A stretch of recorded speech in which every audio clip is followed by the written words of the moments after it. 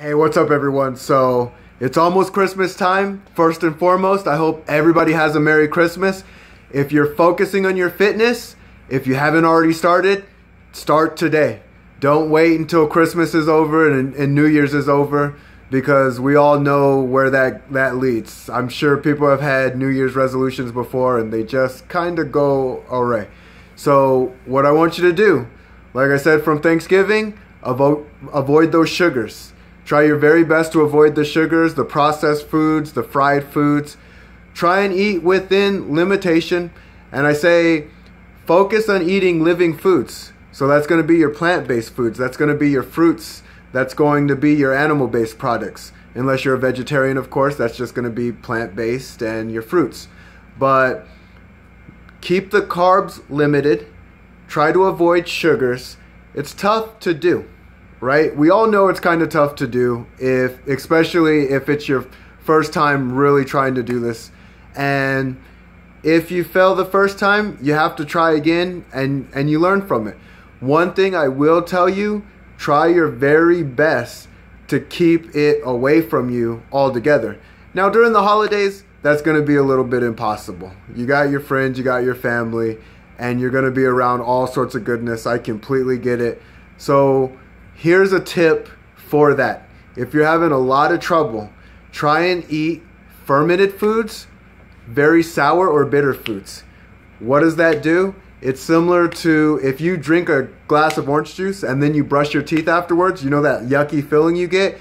It's going to be the similar effect. So if you're eating something bitter, you're not going to want the sweets as much. Even drinking water, if you stay hydrated and you drink plenty of water, you're just not going to want the sweets as much. All right, so try those little tips. And another tip, if you can, I'm actually throwing this one out there because it works for me. Hold your breath for five seconds. Hold your breath for 5 seconds. And if that craving's still there, it might not be as intense. Tell me how you like that tip. Tell me if that tip works for you. Now, as I said, do your very best to keep those foods out of your house. That is the number one thing to do. After the holidays are over and you've had your goodness and maybe you didn't succeed, I hope you do. I'm rooting for everybody.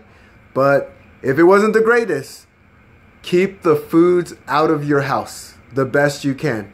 Of course, when you're going to work, you have your fast foods and whatnot. But if they're not in the house, it's a lot easier to avoid them. I actually have a funny story. I'll probably share that with you next. You know what? I'm going to share it today because I'm already on topic. So I had a friend. He was actually getting ready for a bodybuilding show. And he had this cake. And he was debating on eating the cake and then not eating the cake. He's like, I'm going to eat this cake. No, I'm not going to eat the cake. I'm going to eat the cake.